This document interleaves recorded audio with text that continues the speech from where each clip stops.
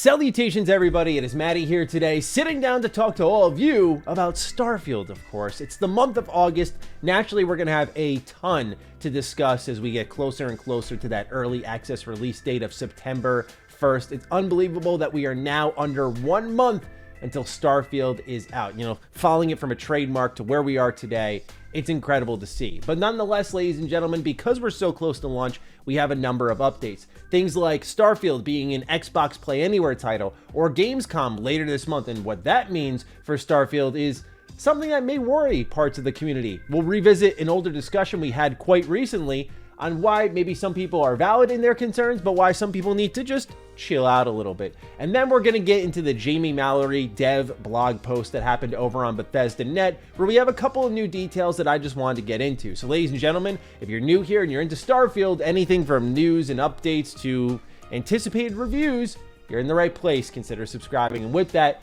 let's begin at the top with Starfield being an Xbox Play Anywhere title. So for those who are unfamiliar with this at all, you go to xbox.com, you search up Starfield, you'll find there that it's a Play Anywhere title. What does this mean for those who are new to the ecosystem? Well, it's actually a really cool feature that Xbox has had attached to a lot of their first-party titles, so it was pretty expected that Starfield would be one of them, but just having the confirmation outright is good here. So for those who are unaware, basically Play Anywhere is an Xbox program where if you bought a game on the Series X or S, you could also play it on PC and vice versa. So if you were to buy it on PC, then you'd be able to play it over on console. Now, what this doesn't mean, for those who are about to get it twisted and don't know, is let's say you bought it on Steam. That doesn't mean that you can go ahead and access it over on your console. It's not like that. But what it does mean is there is cross-save support. It means that if you were to fire up your Starfield save from your console over on your PC, all your achievements would load in, so you wouldn't have to double back and get them a second time.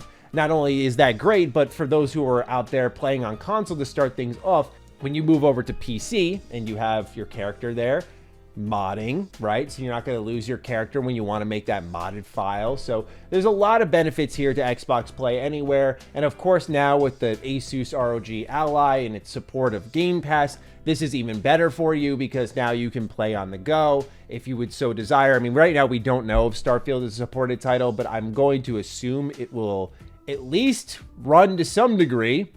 Now, if your handheld sets on fire, it's not my fault, but this is going to be a world of opportunity for people who are trying to just chip through Starfield in any way, shape, or form. Of course, there's going to be cloud support, so if you're like me and you really like the Logitech gaming handheld, that's another place. So the Play Anywhere support is some really good stuff for a game as big as Starfield, where we all need to be able to put any possible dent into the game that we can.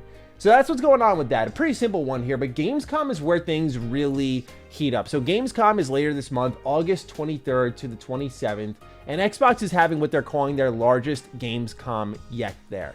And here's what they write on an Xbox Wire post, saying, attendees will be able to check out exclusive theater presentations from Bethesda Game Studios' highly anticipated Starfield, as well as upcoming Xbox Game Studios releases Forza Motorsport from the developers at Turn 10 Studios and Ara History Untold from the team at Oxide Games. Towerborn, the newest adventure from the developers at Stoic and unveiled at the Xbox Showcase, will be hands-on for the first time and will have the latest content coming to the Elder Scrolls Online and Microsoft Flight Simulator. Over 25 titles from our third-party partners and ID at Xbox friends will be playable on the booth. This includes the world debuts of GSC Game World's Stalker 2, which I think is fantastic to see, Overkill Software and Starbreeze Studios' Payday 3, which won't be too far out from launch by that point in time, Don't Nod's recently announced Jacent, From Software's Armored Core 6, Fires of Rubicon, Recreate Games' Party Animals, CD Projekt Red's Cyberpunk 2077 Phantom Liberty, Spotlight by Quantic Dream's Under the Waves, Sega Atlas's Persona 5 Tactica, and many more. So what you're going to notice here are two things. Starfield is getting an exclusive presentation. We'll talk about that. Starfield also isn't playable. And that is the red flag for a lot of people right now. Wait, Gamescom is, as I said, August 23rd to the 27th. Not too far out from the game's release. Why isn't this one playable? What's going on there? Well, apologies if I sound like a broken record. And I'm not saying this to excuse Bethesda. I'm not saying this because Starfield's going to be some goated game and I feel 100% confident in it. I'm just saying this as someone who has followed Bethesda for a while. Again, pardon me for being the broken record here. This is par for the course. This tells me what I need to know about pre-order numbers. They are seeing some wild good pre-order numbers if they are not even making it playable on a huge show floor when the game's about a week or so out from public release. Granted, it's early access, I put in quotes. Some people won't buy into it. I imagine many people have already put their pre-orders in, saved up their money, and will be there day one no matter what. But that begs the question for people, why Bethesda? Why is it not playable when it's so close to launch? Well, this goes back to what we talked about in our video called The Calm Before the Storm. A lot of people were wondering, where's the previews? Where's the impressions? Why did IGN get a single hour with the game? And again, I go back to Bethesda being a creature of habit. You just have to pay attention to the pattern. Is there a consistency there? And there is. Fallout 4, no impressions, no previews, pretty late review codes. I think they came in, and Fallout 4 is definitely a smaller game compared to Starfield from what we know so far. And Fallout 4, the maximum amount of time I heard people had was 2 weeks. I got it the weekend before, which makes that near perfect review even more hilarious at this point in time. But I digress, ladies and gentlemen. This is par for the course for Bethesda Game Studios.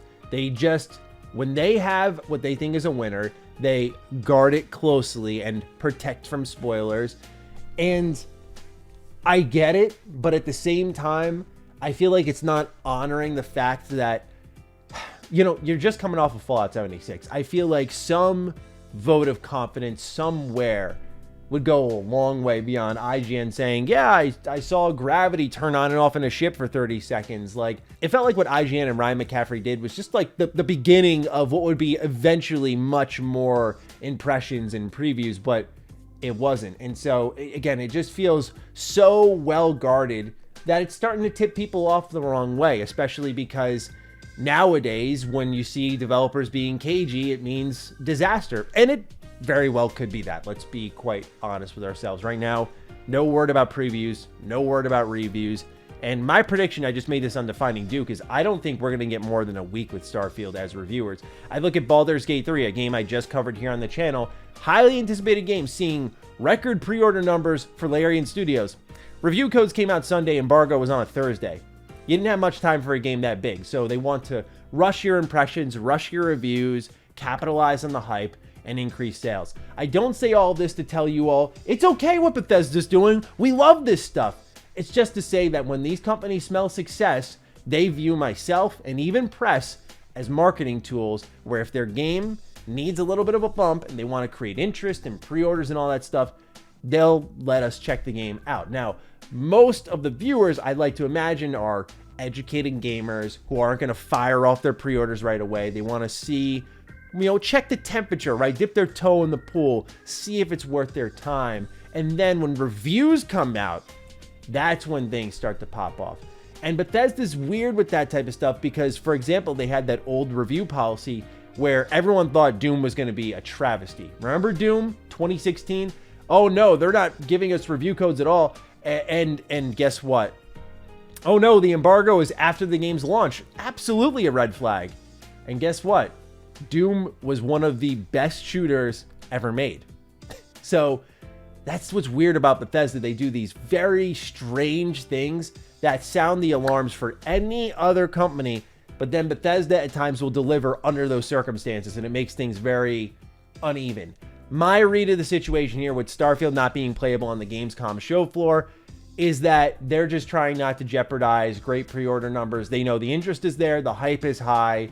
They just need to keep putting out trailers, probably 2-3 more, ride this thing out into the launch, and then if you look at Hogwarts Legacy and its early access numbers, I think Starfield's going to have a similar thing. I truly, truly believe that. So we'll see, ladies and gentlemen. But otherwise, an exclusive theater presentation.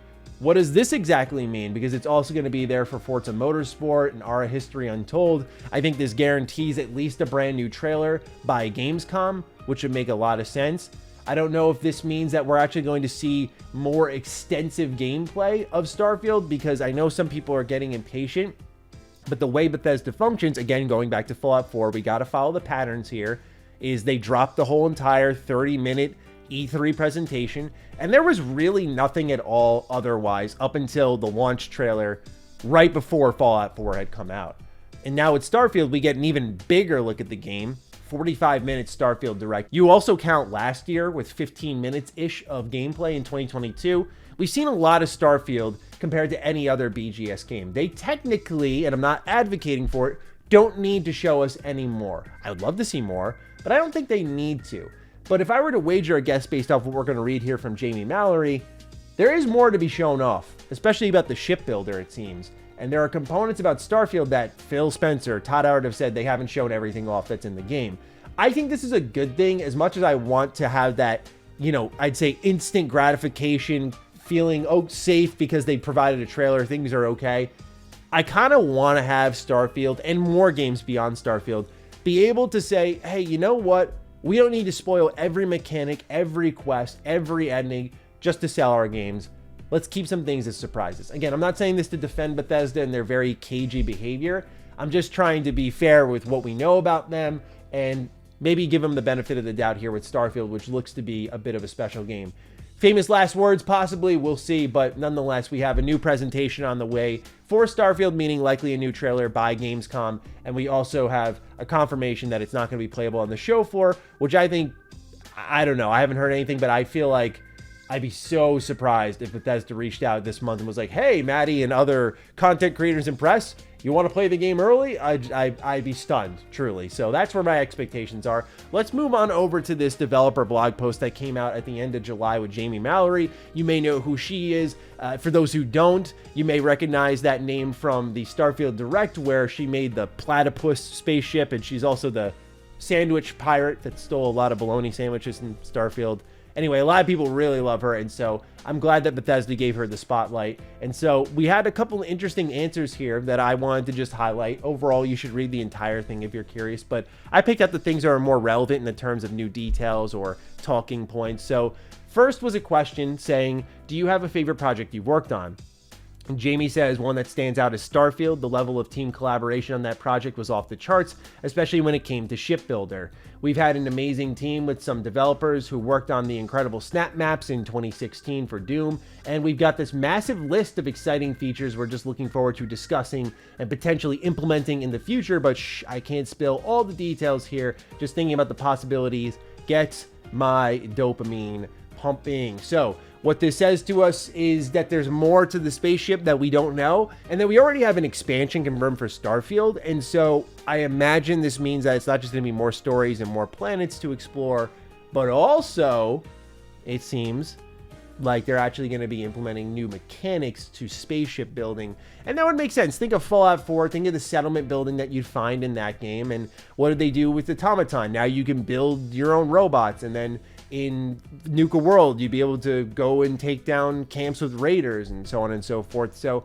I imagine they're going to just put interesting twists and spins on it. I'm very excited to see what that ends up being, but it looks like we're going to get expansions at least to the shipbuilding in Starfield, which I'm very excited about because I am definitely building the Ebon Hawk. Next up, I thought this answer was really interesting from Jamie because it talks about my personal favorite part of a BGS game, so I may be projecting a little bit here, but I feel like I'm not alone in my take that the best part of a BGS game is the faction storylines. And so, granted, this is from someone who ultimately has been working with the game for a while. It's their first project, it sounds like, and yeah, you know, you probably want to sell the game to us a little bit. Bethesda's not going to put out something saying like, pretty much, but here's what Jamie had to say about faction quest lines. Lately, I've been diving deep into the quest lines of all the different factions, and I've been pleasantly surprised by the incredible variety in their storylines.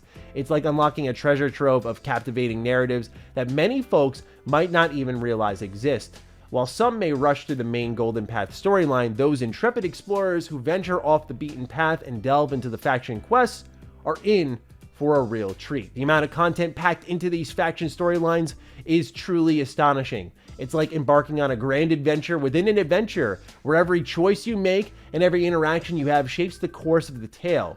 The character development, the plot twists, the moral dilemmas, I've been completely hooked. These quests offer a chance to delve deeper into the game's rich lore and uncover hidden gems that add layers of depth and excitement to the overall experience. She also mentions here that there are going to be various terminals that you can read and get lore from. I saw a couple channels cover that, which I thought was really weird because in the 2022 gameplay that we saw for it, there was a terminal that you could hack. So It's just like Fallout. You can read terminals, you can read logs within them, and get extra bits of lore to build out the world, which is one of my favorite things about BGS games when it's the supplemental piece of the storytelling, because it really adds to the world itself.